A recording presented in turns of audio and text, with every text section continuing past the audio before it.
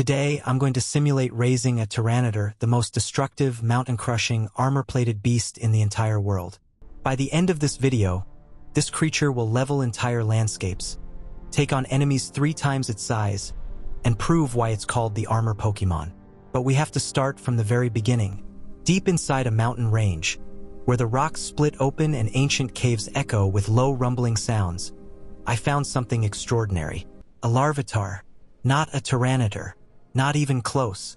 Just a tiny, green, cone-headed creature barely the size of a toddler, clinging to the side of a mountain wall, eating rock.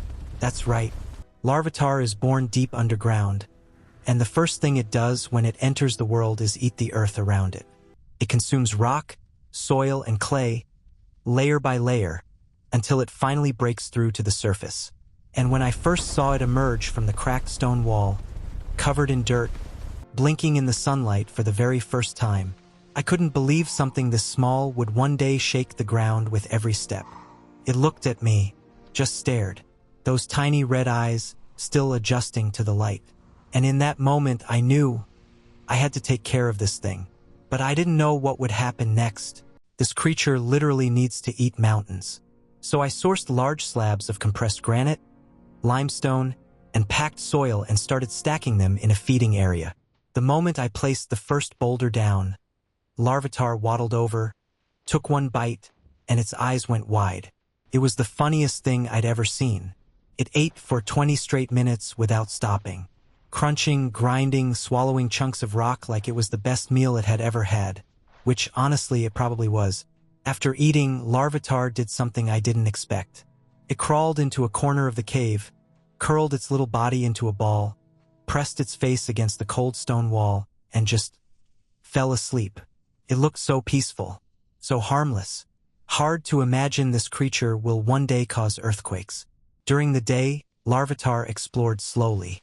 It bumped into walls. It tried to climb a boulder and slipped off twice. It made these little growling sounds. Not scary ones, more like a puppy trying to bark for the first time.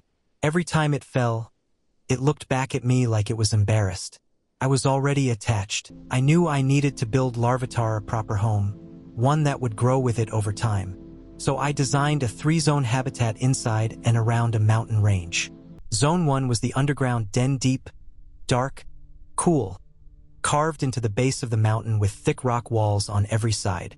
This was Larvitar's sleep zone, feeding zone, and safe space. I packed the floor with layers of compressed earth and mineral-rich stone. Larvitar loved it immediately. It would disappear in there for hours. Zone 2 was the rocky slope, a wide, open section of jagged terrain with boulders of all sizes scattered across the ground. This was the training and exploration zone, a place for Larvitar to climb, dig, smash, and learn how its body worked.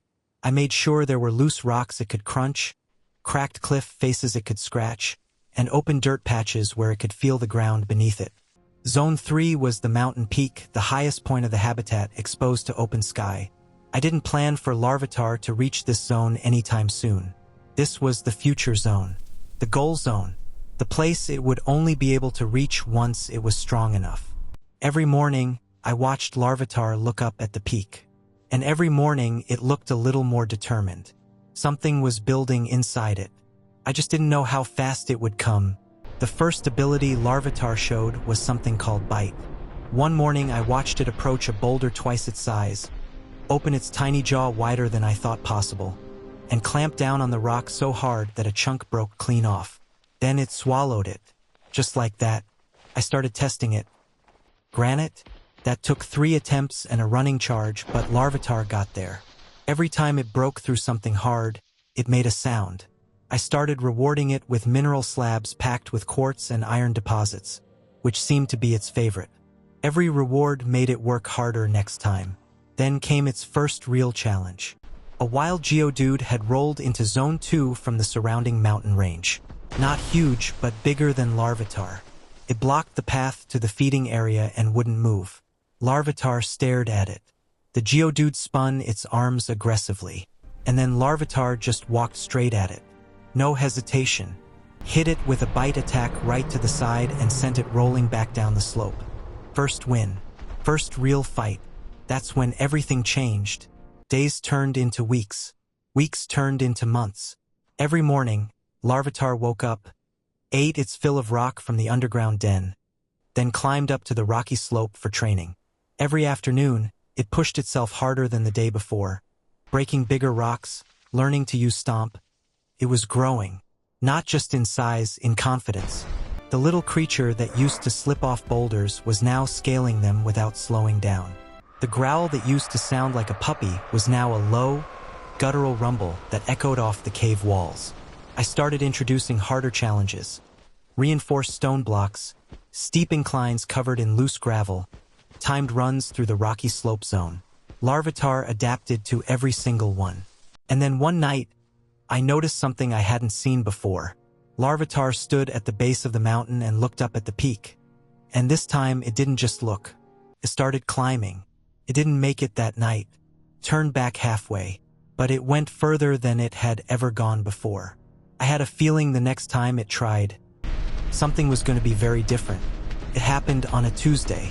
I was monitoring Zone 2 when I felt it, a vibration in the ground. Low, consistent, getting closer, and then it crested the ridge above the habitat. An onyx, wild, territorial, enormous, a massive rock serpent at least 30 feet long, crashing through the upper terrain and heading straight down into our zone. It wasn't looking for a fight. It was looking for new territory, and our habitat was directly in its path. Larvitar heard it first. It snapped its head up, locked its red eyes on the incoming onyx, and for just a second, I saw it hesitate. The onyx crashed into Zone 2 like a falling cliff face, slamming boulders aside, scattering everything I had built. Larvitar got thrown backward by the shockwave and slammed into the cave wall. It didn't get up immediately. The onyx loomed over it, enormous, ancient, unstoppable, and I genuinely thought it was over. I thought Larvitar was done. But then, a sound came from the cave, low at first, then building, like something deep inside the earth was waking up. Larvitar rose to its feet, and that's when it started. The ground cracked beneath Larvitar's feet. It wasn't a slow process. It wasn't gentle. The light that came off it was blinding. This intense, rock-shattering pulse that radiated outward in every direction. The onyx actually recoiled. When the light cleared, Pupitar stood where Larvitar had been, encased in a hard, dark shell, sealed inside its own cocoon of compressed armor. No arms, no legs, just a powerful, dense, jet-propelled body with a face locked into a permanent, cold stare. Pupitar hovered slightly off the ground, held up by gas it expels from tiny pores in its shell. It looked at the onyx, and launched. The impact shook the entire mountain. Pupitar hit Onix with a thrash so powerful that the rock serpent's tail carved a trench through the slope on impact. Onix tried to coil around Pupitar, but Pupitar's shell was too hard, too dense. Every squeeze just made the shell tighter. Onix retreated, crashed back up the ridge and disappeared. Pupitar floated in the middle of the destroyed Zone 2, surrounded by cracked rock and settling dust. It had won, and it had only just woken up. But I didn't know what would happen next. After that day, the 3-zone habitat wasn't enough anymore. Pupitar needed space, real space, so I expanded the territory, opening up the full mountain range, letting Pupitar move freely between peaks, valleys, and the wide-open terrain beyond the ridge where the onyx had come from. Out there, Pupitar encountered things it had never seen. Open sky, wind, rain hitting its shell like drumbeats. It moved through the terrain with this eerie, floating aggression, like it was searching for something, but hadn't found it yet. It fought, a lot. Wild rhyhorn in the lower valleys, graveler gangs rolling through the ridgeline. Each fight was messier and more powerful than the last. Each time, Pupitar's shell absorbed more damage, and each time it just kept going. But the shell was changing. I could see it. Hairline cracks forming, not from damage, from something growing inside, something much bigger than Pupitar. It came from the deep mountain range to the north. A wild Aggron, massive, bipedal, steel-armored, scarred from hundreds of battles. And Pupitar, in its expansion across the terrain, had crossed that boundary. Aggron found us in the open valley between two peaks. The first hit sent Pupitar sliding across the ground for 50 feet. The second cracked the outer shell down the middle. Aggron hit harder than anything we had faced. Iron head, metal claw, move after move, relentless and precise. Pupitar fought back, launched, thrashed, used every ounce of power it had. But Aggron's steel armor absorbed almost everything. And then Pupitar took a direct iron tail to the shell and didn't get back up. I thought that was it. I genuinely thought the battle was over. The cracks in the shell spread wider. And then light. Not a flash this time.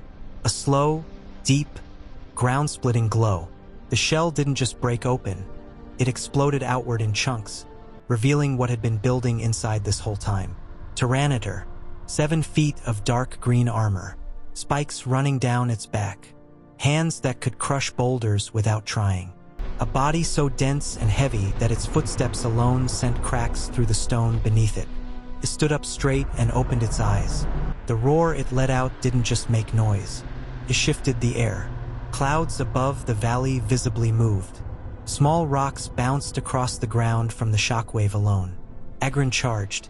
Tyranitar didn't move. It raised one arm, caught Aggron mid-charge, and threw it. Just threw it like it weighed nothing. Then followed up with a hyper beam that lit up the entire valley in blinding orange light. Aggron hit the ridge wall and did not get back up. Tyranitar turned, looked at what used to be our little mountain habitat in the distance, and let out one more low, rolling growl. Victory. I thought back to that tiny green creature blinking in the sunlight for the first time, slipping off boulders, getting embarrassed every time it fell, eating rocks like they were snacks. And now Tyranitar, a creature that literally changes the landscape when it walks through it. A creature that can flatten mountains, that can crack the ground just by existing in a place. From Larvitar to Pupitar to Tyranitar, every fight, every fall, every crack in the shell led to this moment. And watching it stand at the top of that mountain peak, the same one it had stared at from the bottom for so long, I realized something. It didn't just reach the top because it evolved. It reached the top because it never stopped. If you made it this far, you already know what to do. Hit subscribe because next time we're raising something even more dangerous. And trust me, you don't want to miss what's coming.